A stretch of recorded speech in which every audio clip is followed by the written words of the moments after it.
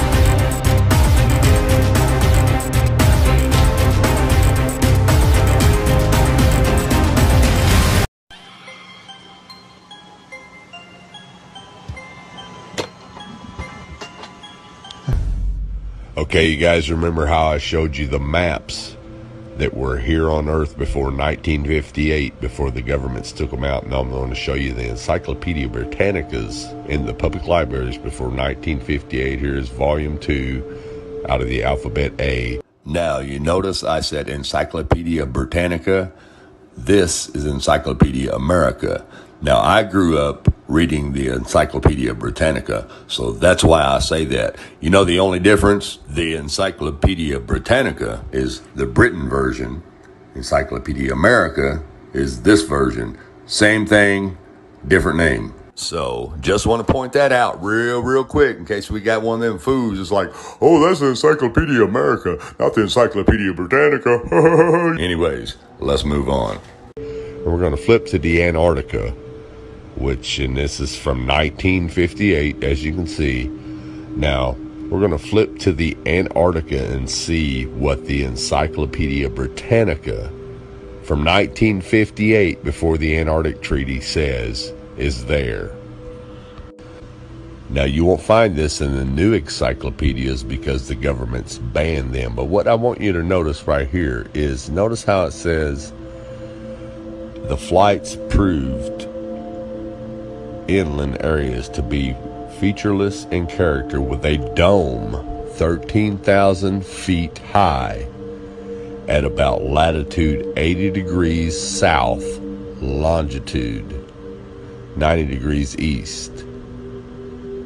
Take a really close look at that. Now I'm going to zoom it in for you. When they returned to New Zealand, these flights proved the inland areas to be featureless in character, with a dome 13,000 feet high at about latitude 80 degrees south, longitude 90 degrees east. Now, if this doesn't make sense to you, let me show you with an image of what a flat earth map would look like. Now, this is what a latitude 80 degrees south would look like on a flat earth map. As you can see, the dome comes down closer to you over the wall, which will be about 13,000 feet. Now, if you go back out into the center of the earth, or up the North Pole, and try to go up to the firmament with a little bit of calculation, it's going to show that it's about 385,500 feet away. It's really simple. Now, if you're not familiar with any of this at all, and you're just now new to all this, you could say, well, this guy is crazy, he doesn't know what he's talking about. But what you got to ask yourself is, why do all the maps before 1958 show a flat earth with the ice wall around it and a firmament, a dome? And why does the encyclopedia tell you that there's a dome there, and it gives you the exact height at a certain latitude and longitude? Well, the reason is because in 1958, that's when all governments and all nations of the world signed the UN treaty to ban all civilians from going to the Antarctica, and NASA came in and erased everything, just like they're erasing everything today. So again, ask yourself, if all this existed before 1958, why doesn't it exist now? How come it all of a sudden was erased and just disappeared out of your history books, out of your encyclopedias, out of your libraries? Wake up, people. Wake up. Thanks for watching, and God bless. Have you ever wondered why you never see meteors coming up from the horizon? So if they're having a meteor shower down here, and they can see it down here, the meteors have to be coming this way, upward. That's downward for them. But if I live up here, then I should be seeing these meteors coming from the horizon. So, and we don't see that. All we see is meteors always come downward, never up from the horizon. And that's because Earth is flat.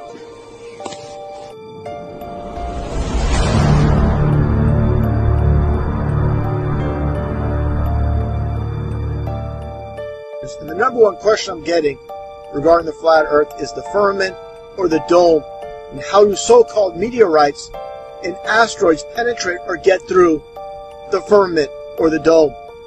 And I've stated before in previous videos, those that are new to my channel don't understand the concept. Basically, there is nothing beyond the firmament besides the waters above in heaven.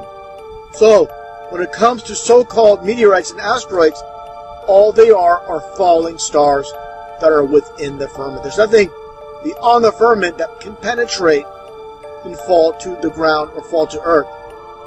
I'm just taking a look at the definition of a shooting star. It's supposedly a meteorite burning up as it enters Earth's atmosphere. Then why call it a shooting star? This is the Freemasons behind the scenes that love to mock. That's exactly what it is, and that's why they call it a shooting star. But of course, they give you a false definition. Here's the modified Men in Black version. For the first 4,000 years of our civilization, we believed that the Earth was a flattish disk, surrounded by a solid dome barrier called the firmament. All of the 5 major religions had their own version of this, and the churches enforced the belief. Then, around 1514, a man named Copernicus created a new model of the world. He stated that if the Earth was spinning around 1,100 miles an hour and circling the sun at 60,000 miles an hour, the world was then round. And while the math more or less worked, there was a problem. It was 1500, and the technology to prove such a theory wasn't there. The first balloon to carry people wasn't invented until 1760. Sailboats were the only travel over water, and the fastest thing on land was a horse. But the new worldview was promoted and took hold. The religions adapted to handle the new reality, and life moved on. More importantly, the globe model was quickly introduced into the education systems. Over the next 500 years, the challenges to this model faded, to the point where the globe was accepted as universally as physical laws such as gravity.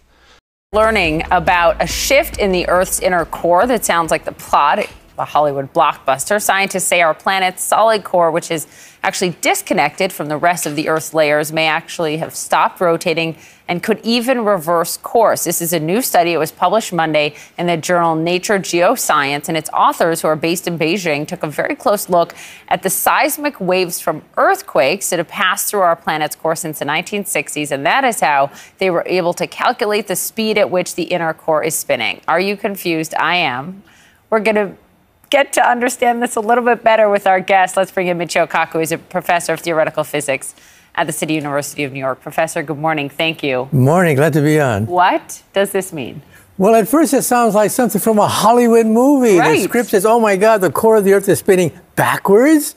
I mean, this is worse than having a tsunami or an earthquake. The stability of what you walk on is at stake. Now, this report comes not from Hollywood. It comes from reputable scientists at Beijing University that analyze echoes. When an earthquake takes place, shock waves go reverberating around the inside of the Earth.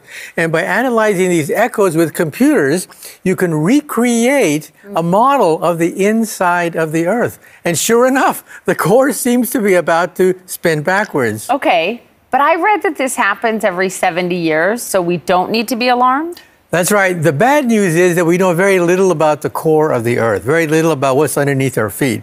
The good news is probably there's nothing to worry about, in the sense that roughly every 70 years or so, we're not sure, the center of the Earth does seem to go backwards. If this is the core, this is the crust of the Earth that we live on, yes. This is the core of the Earth, the core could move independently of the crust. That's the key. So the part we're on never moves in reverse. Yeah, so the core of the Earth sits in a pool of like molasses, and it's able to spin independently of the crust of the Earth. So, in other words, don't lose any sleep over this. Probably it's a natural cycle. It takes place probably once every 70 years or so. But we need more data because this is new territory for us. Yeah, why do we need to know? I mean, they spent a lot of time, they studied earthquakes back to the 60s. Why is it important to know more about this? What are the implications? The implications are potentially enormous because think of continental drift. Sure. Why are the continents moving away from each other? What is driving it? And also earthquakes, the whole nature of the stability of the planet itself. We know very little about what's underneath our feet. And that's why this information from echoes, computer analyzed, is very important because it tells us the future of the Earth. What questions, finally, Professor, does this leave you with? Well, it leaves me with the frustration that it's under our feet. It's just, you can almost touch it, but it is thousands of miles distant, and we really don't know that much about our home.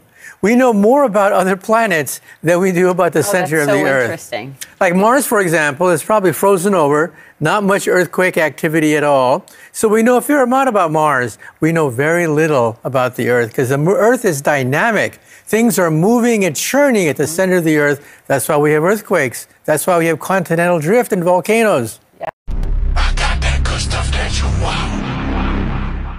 Image supposedly from NASA on Artemis going to the moon. And you can see that the direction of the sun and the shadows are a little bit off. They're not quite exactly where they should be compared to where it is on the Earth. On the Earth, it's straight up. But here it's at a slight angle. There shouldn't be no shadow right there. It's a little bit off. It's pretty close, but that's not the real problem with this image. The real problem is that it's fake. If we go into the layers and adjust the exposure, you're going to see that these images were pasted onto a black background. That is the way an image looks when it's fake. We'll be looking at some other images that are real, and you'll see what happens when they're overexposed. This is not what happens. Those are pasted in. It's fake. Nighttime photo, you got black sky, you got, this glare from these lights on the camera lens. So let's see what happens when you overexpose something like this that's real. What happens when we overexpose this?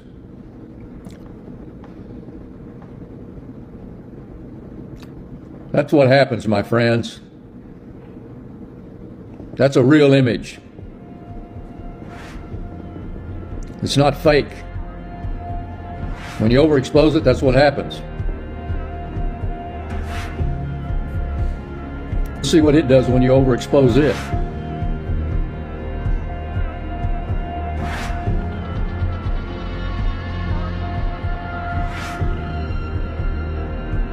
You see what happens to a real image? Those are pasted in. It's fake.